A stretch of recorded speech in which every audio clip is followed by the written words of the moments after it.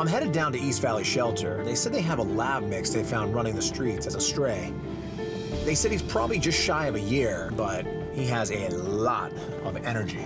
A lot of times when people go to the shelter and look at a dog, and if the dog has too much energy, automatically the people do the math in their head and they say, this dog has way too much for me to handle, so they usually opt for a much more calm dog. Having been overlooked for so long, Murphy's fate hangs in the balance. Hi, Mr. Energy. You got too much energy for this cage, don't you? I'll tell you what, let me in there. Hold on, let me in. But it quickly becomes clear. Underneath that intense exterior lies a loving puppy simply yearning for attention. Okay. All right, I'll tell you what. We'll do more of this at the ranch. Come on. Though Murphy's overpowering moxie could scare off some potential owners, Lindsay and her 6-year-old Chinook mix, Abigail, are specifically looking for a big personality to fill an equally large void in their lives. Oliver was a terrier-hound mix, and he was Abigail's best friend in the whole world. And from the moment they met, they were inseparable. A few months ago, Oliver started displaying symptoms that were a little strange. So when I took him to the vet, they discovered that he had a very rare and aggressive form of brain cancer. It's been tough for both of us without him. Abigail has been visibly different. She sits in her chair most of the day, stares out the window, and I think that having another companion will really bring her out of that. But finding Abigail a worthy playmate has proven problematic. She can be a little picky about who she wants to play with, so I wanted to make sure I found someone for her that she really enjoyed being with. Come here, try this on. Murphy could fit the bill, but first, he'll need to fit into his red training collar. There you go. How's that feel? You look marvelous. Come on. Let him in. Here, come on. Go make friends. Get some of that energy out. Welcome to Lucky Dog Ranch.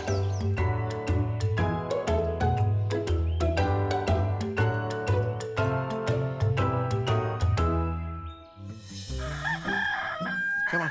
There you go. Stairs. Today I'll be doing my assessment of Murphy and his knowledge of the 7 common commands. Sit, stay, down, come, off, heel, and no. The first thing I notice about Murphy as I'm walking him down to the training yard is he has a lot of power. Go on. No, you're a jumper. All right.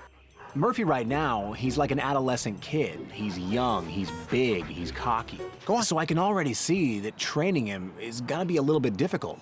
Show me what you know. Can you sit? Do you sit? Can you sit? You have not a clue what I'm saying. How about a stay? One command at a time, I started assessing Murphy, and I quickly realized that this dog had absolutely zero training. No? What am I speaking? Foreign language, right? And on top of it all, he had zero control. Do you heel? Whoa, easy. Okay, I will take that as a no heel, okay. The entire assessment became one big tug-of-war game. I have 3 rules of training that I always follow in order. It's control, train, treat. Before I train any dog, I have to make sure they're under control. Right now, Murphy, he has zero control. So instead of getting into a big tug-of-war match with him, I'm gonna lock him off on a technique I call the double leash lock off. And this is where I hook him up on a harness, locked off to a leash to the wall. And then I have a second leash that connects to his collar. He can't lunge forward, he can't move backwards, he can't move side to side. Come here, it's very simple. Watch this. You focus on me and calm down, you get it. Suddenly, he calms down for 1 second. And guess what? I reward him. Good, see? Just calm down. The more calm he is, the more rewards he gets. There you go. Good, see? Nice and calm. There you go. Is that so hard? Today, Murphy learned the most powerful lesson he'll ever learn in his life. Tomorrow, we start training for real. Try it again, you ready? Give me a sit. Just follow it. On his first day at Lucky Dog Ranch, 10-month-old Murphy learned the value of control. That's a sit. A lesson he's been applying to his common command training. Give me a down. It's a lot easier when you go down. Good, that's a down, perfect. But as Murphy's law states, anything that can go wrong will. Give me a stay. And it isn't long before this young student scraps his training in favor of playtime. He's a young dog, so he's more interested in running around and playing with toys. So keeping him focused is definitely going to be my biggest challenge. While Brandon regroups, he takes the time to schedule a home visit with Lindsay. Hello there. I'm assuming you're Abigail. Huh? Is that your name? I heard all about you. Come on. Let's go talk to your mom. Lead the way. That was Abigail who greeted me at the front gate. It was, yeah. What's she like? She's great. She's a therapy dog. She's very sweet, but lately she's been a little sad since the passing of Oliver. Abigail and Oliver were head over heels in love, and Abigail just hasn't quite been back to her normal, energetic, happy self since his passing. She thrived so much having Oliver around, and seeing the difference now is just astonishing. So I think she'll really enjoy having another playmate. I think the perfect dog for her will be one that's, you know, energetic, fun, loves to play, has a great energy. The dog I'm thinking of for you, his name's Murphy. It sounds like he's everything you want. But my only concern when I bring another dog into a house that has another dog, I want to make sure they get along. Abigail has had some issues in the past. She doesn't necessarily get along with every dog she meets. What happened? She's had some scuffles with dogs in the past. This is very common with a lot of dogs. Sometimes a dog that will get along with one dog might not get along with another dog. It's all personality. At this point, I'm still getting to know Murphy myself. There's still a lot of training to be done. The final step in the process would be to get you and Abigail out to the ranch and answer the big question, do they get along? So we finished talking and then we took a look around the property. Here's the dog door. So this is the backyard. The backyard is huge. This is gonna be the perfect place for Murphy. Thank you. All right. But before Murphy moves on to greener pastures, he'll first need to prove himself in the Lucky Dog training yard. Until Murphy is fully under control and fully trained, this dog's not going anywhere. Murphy, come here. 10-month-old Murphy may be close to 80 pounds, but he's still a puppy at heart. And that's making progress in the common commands tricky. For the past few days, I've been training Murphy, and it's safe to say I've been striking out. Murphy. Every time I'm trying to train him, he's always breaking his command and he jumps into play mode, grabs a toy, and does not listen to a word I say. Murphy, come here. This is where I got the idea to change tactics. No, we're not playing. We're training. Hold on. So I decided to eliminate treats altogether and train him strictly for toys because that's obviously all he wants. So I brought out a pile of toys provided by our sponsor PetMate. See these? Which one you like? How about this? You like that? You gonna try to fit them all in your mouth? There. How about that one? I was letting Murphy pick the toy, not myself. He was gonna tell me which one he liked the most. You gotta pick one. Sorry. And ultimately, he picked the Chuck It Kick Fetch. You want that? I know you do. Now I have my secret weapon. New strategy. Now I have something he really wants, but the only way he's gonna get it is if he listens to every single word I say. Stay. You do what I say, you get it. Trust me. Nope. Nope, come here. It's not gonna get it. Get up there. Sit. Head it down. Game has changed, my friend. As he lies back down, I notice he relaxes. At that point, I take the ball, I throw it across the barn, and say the words, okay. Okay, get it. Good, good. There you go. There you go. Down, good. Stay. Because he did so well with the down command for 2 minutes, Okay, good. now he gets 2 minutes of playtime. Come on, play. Go crazy. This right here will be the game with him. As long as he listens to everything I say, he'll get rewarded with play. But he has to earn it. Having navigated one barrier in his training, it's time to break through another. Lindsay's house has a dog door that connects to the backyard. One of the biggest mistakes you can make when trying to teach a dog to go through a dog door is simply trying to get them to go through with the dog door flap all the way down. It's not only intimidating, but most dogs see it as some sort of a wall, a block. You have to break them in slowly, because if you try to pull them through the door with the flap down, you could actually make them scared of it, and they might not want to go through it in the future. So the first step in the process is I hold the flap up all the way. All the way, let it hit you. Good, good, good, good, good, good, good. Come here. And as he gets through, I simply reward him. From there, I drop the flap a little more each time until eventually the flap is all the way down. Come on, all the way out, all the way out. Good, good, good, good, good. All the way. All the way out, good, good, good, good, good. All the way out. Come on, all the way out, good, good. There you go. Here, good boy. Murphy is a quintessential kid. He loves his toys. Give me a down.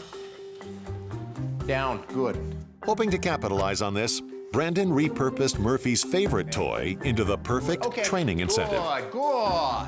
At this point, Murphy is fully trained, but there's still one unanswered question. Will he get along with Abigail? And based on Abigail's picky sensibilities, there's no certainty that Murphy will make the cut. Abigail has had some issues in the past. She doesn't necessarily get along with every dog she meets. Lindsay told me that Abigail is really particular about her playmates. So before I can confidently place Murphy in her home, I have to see how these two get along. Come on, let's go meet your new brother. There's a little bit of nervousness. I really want to make sure that this is the right match. Because so many dogs use the training yard every day, it's the perfect neutral territory for an introduction. Murphy's locked off against the wall. This is for safety. Just in case they don't get along, I don't want a fight to break out and get my hand in the middle of it. I know. Who's that? Who's that?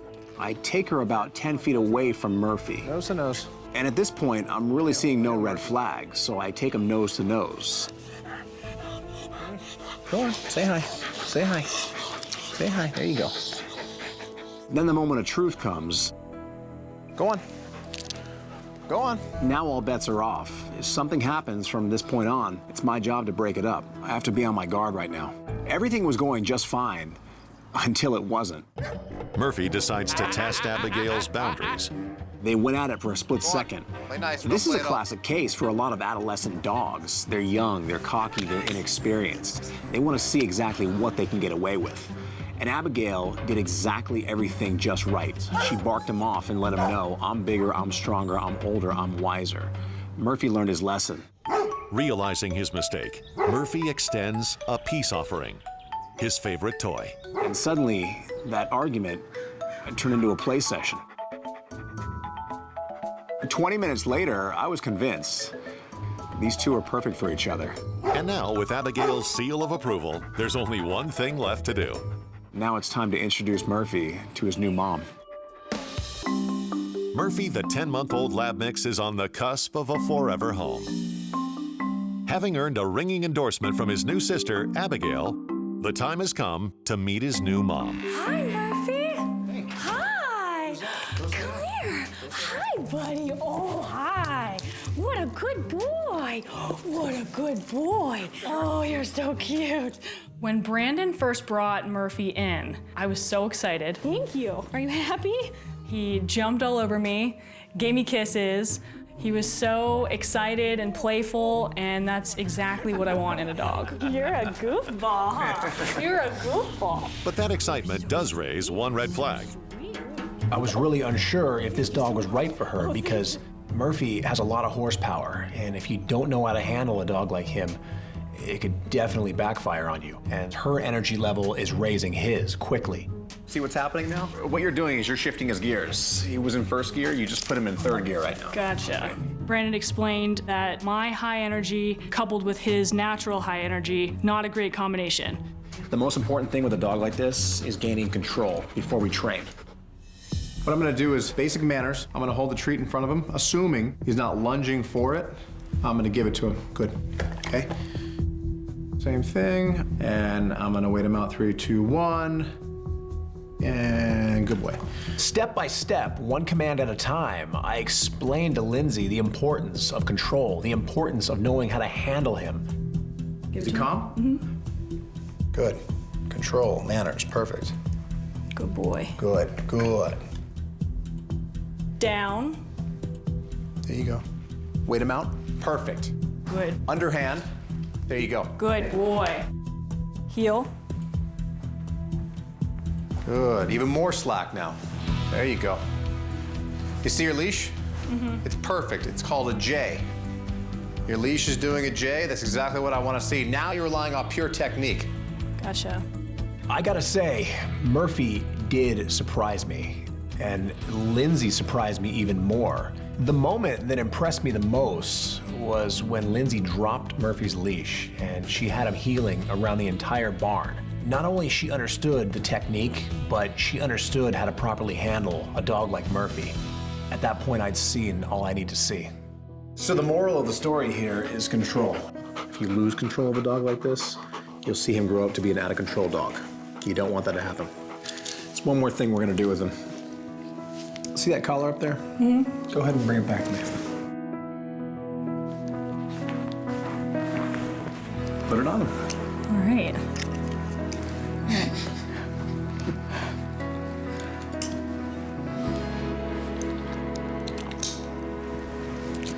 He's all yours. Yay, thank you. All right, Murphy, come on, buddy. Come on. Good boy. For the past month or so, I've been looking for a dog to be trained for service for a disabled veteran who's been diagnosed with not only physical disabilities, but also PTSD. The West LA shelter just contacted me, and they say they think they have the dog that fits the profile that I've been looking for. So I'm gonna go down there and check her out, and maybe she's the one. Awaiting Brandon at the shelter is a striking 2-year-old German Shepherd that has yet to be named. Thank you. Oh, thanks for that. I needed one of those. And though her future remains unwritten, her calm demeanor holds great promise. And you're smart because you're a shepherd. What do you say we go for a little drive? Come on. You're gonna like where you're going. I got big plans for you, girl. Come on. Those plans could lead to Rancho Cucamonga, to the home of James Schickel, a dedicated family man and veterans advocate. I'm a retired Marine Sergeant Major. In 2007, I made a vow to myself that I was going to do everything I possibly can for the veteran community out there. We as veterans, we walk around with a lot of things that are inside of us, and we don't really know how to talk about it. I wound up going to the VA for a hearing appointment. All of a sudden, this sound comes over the speakers, and it was an open mic. I broke down, started crying. I didn't know what was going on with me. I was really confused and upset. And then I realized that there was an incident that occurred back in Iraq. I was on a convoy operation. All of a sudden I hear on the radio that there's a vehicle that's approaching at a high rate of speed. And I'm watching the vehicle and I'm telling everybody eyes on, and the vehicle detonated. And the last thing I heard was the open mic. We have the stigmatism in the Marine Corps. You drive on and, just you can endure anything, but, they don't really teach you psychologically how this stuff is going to affect you. Inspired by the positive effect of service dogs on the veteran community, James reached out to Brandon. I truly believe that having a service dog is going to help connecting me with more veterans. It's going to be therapeutic for me, but at the same time, it's a great tool, especially with all these dogs that are in shelters that need to be rescued and that can be retrained. And being a part of this opportunity, I think, is a win-win situation. Okay, get up there. Back at the ranch, Brandon's new protege officially enlists in the Lucky Dog program, earning not only her red training collar, How does that feel? but more importantly, an identity. I think I'll name you Kyrie. Come on, let's go meet the pack. Here, go make friends. Go have fun. Get it out of your system now, because you and I have a lot of work ahead of us. Welcome to Lucky Dog Ranch.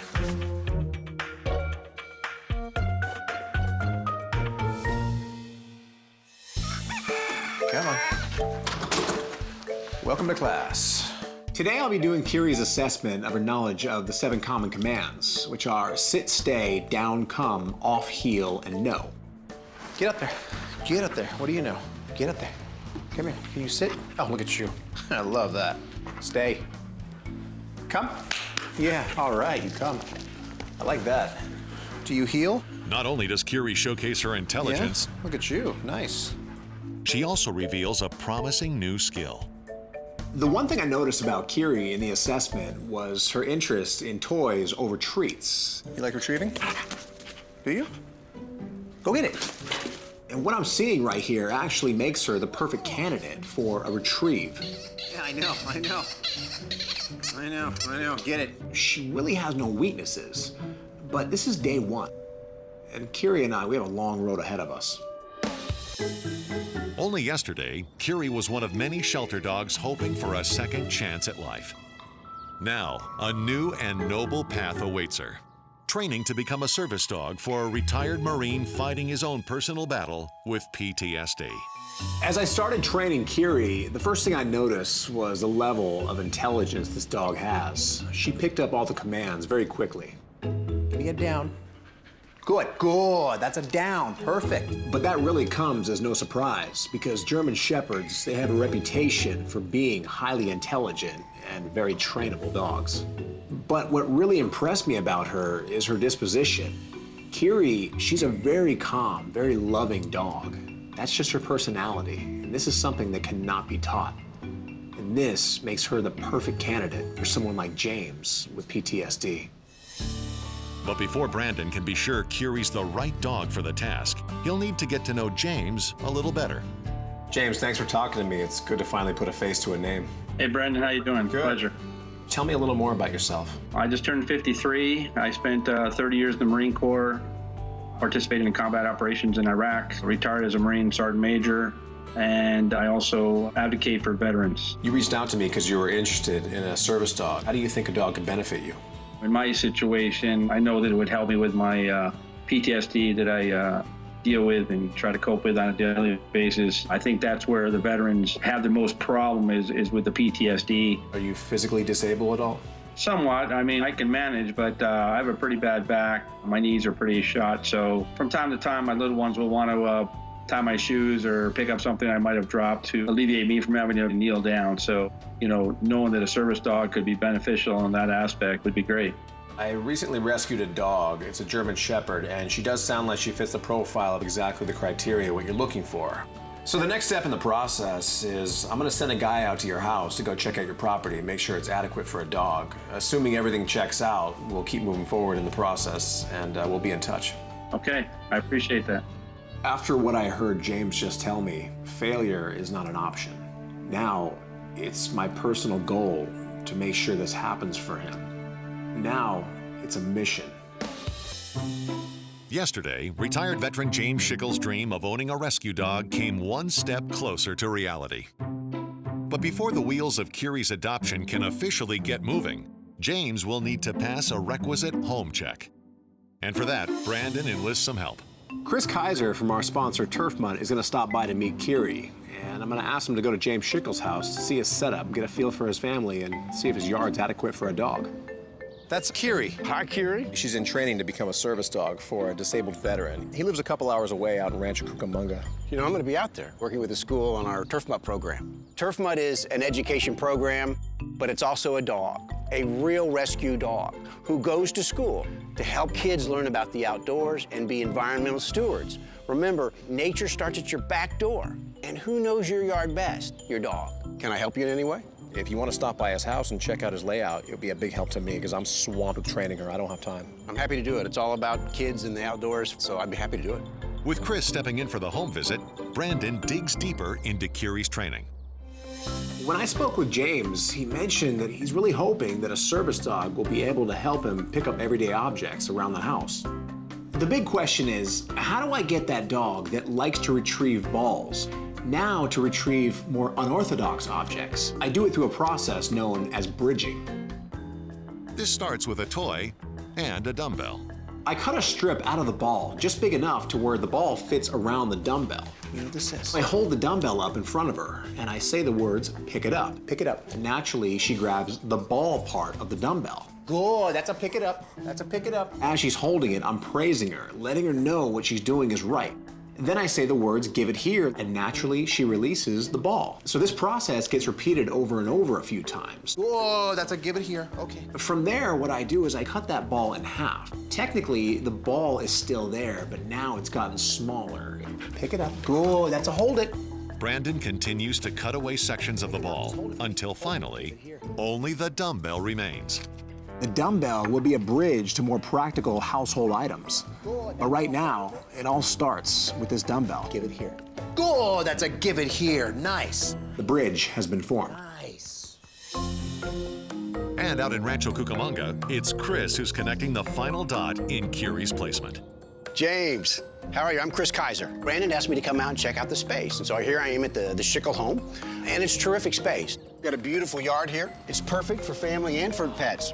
Here in California, you've got a drought situation, but one of the great things about what you've done here is turf grass. Turf grass will go brown, it'll go dormant, and it comes back when the rains come. So you've got a backyard?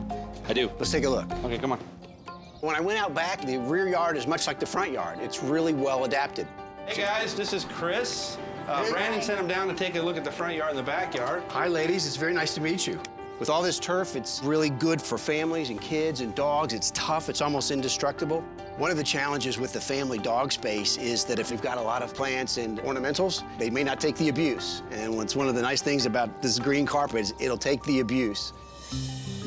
Well, I hope that based on his visit that he's happy with what he sees, and I hope he reports that back to Brandon and just elevates us to a level of where we're gonna definitely get this dog. What's up, Chris? Brandon, I just left the Schickel's house, Right? and it's a terrific spot. Good, good. I'm really delighted to be able to report back to Brandon that this is a turf mud approved place. It's good enough for you. It's good enough for me. All right, moving on. Thanks, man. Kyrie, the 2-year-old German Shepherd, is on a path to become a service dog. For James, a Marine veteran with PTSD. Kyrie has excelled in her private studies. Now Brandon is taking her training public. A basic skill that every service dog should be able to have is the ability to be in a public place. So today I'm taking her to a cafe with outside seating. Now, even if a dog has a good lie down, after a certain period of time, they get bored and they want to stand back up. But Kyrie has to learn that a lie down in her world means lie down until I say it's okay for you to stand up, no matter how long the time is. Down. I have her lie down and I step on the leash at just the right area so she can stand up but not all the way. So after a few seconds, she realizes that lying back down is the only logical way to get comfortable. We practiced this technique everywhere we went. I conditioned Kyrie to the point that whenever we got anywhere, she would simply lie down and I wouldn't have to step on the leash anymore. As the weeks roll by, Brandon shapes Kyrie into a model cadet, perfecting her common commands And pick it up. and bridging her retrieve to common household objects. And give it here. Good. Good, nice. Very good. And as her service training comes to an end, Kyrie fetches her biggest prize yet, a graduation collar. There. How's that feel? Over the last few months, I've worked overtime to turn Kyrie into a phenomenally trained service dog. And Kyrie, she definitely rose to the challenge. But this all means nothing if her and James can't form their own bond. You look great, but guess what? You're not a service dog just yet. One final step. Come on.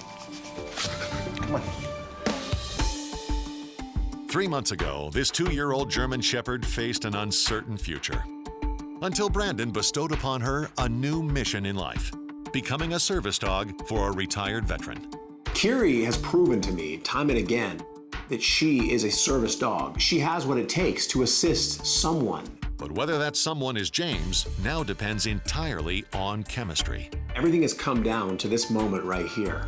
Is Kyrie the right dog for James? Will she work for him? Will she be there for him when the moment is called upon? There's really no training for something like this. It all depends on the bond.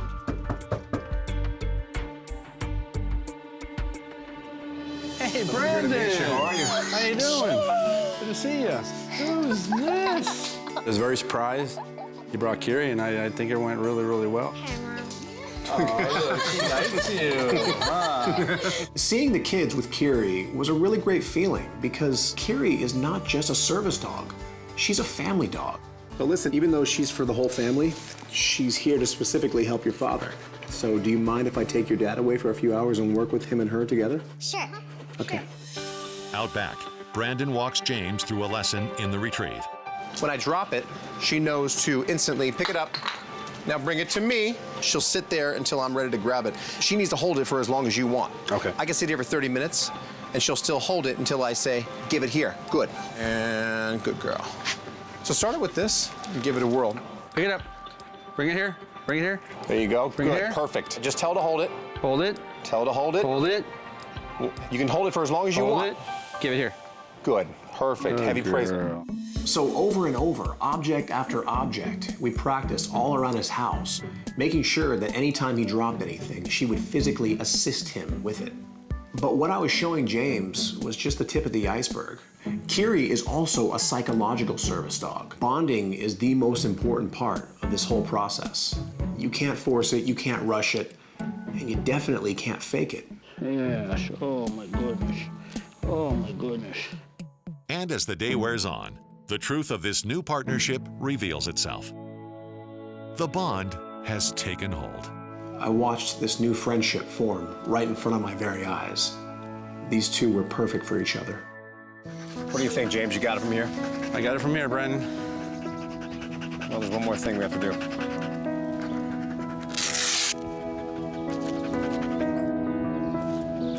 Do the honors. Thanks, Brandon. Take care of him. I will. So long, Kyrie. Be good.